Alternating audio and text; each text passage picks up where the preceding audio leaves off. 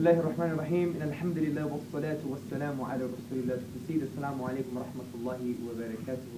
Brothers, sisters, friends, listeners, fellow brothers and sisters in humanity, I just heard and listened to an amazing point concerning something very amazing concerning our book, the Quran, or the book of humanity, and the Gospel and the Bible. And interestingly, when you learn about this point, it's basically saying that the view of the Gospel writers, as we know, is almost referring to an external book called the Injeel, which is in line with what the Quran has been saying.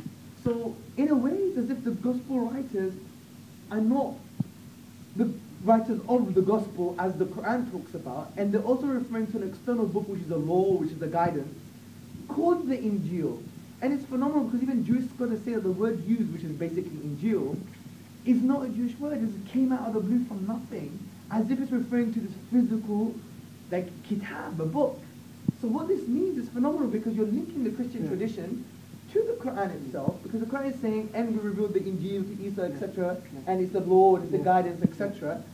And the irony is that the authors, if you look at a very holistic analysis of the Bible, one verse here, one verse there, and you look at all together concerning the Injeel, you think that the very so-called gospel writers are referring to a book. That's not the book that they're writing, that's external to what they're writing. Meaning, there's something going on, bro. Great argument.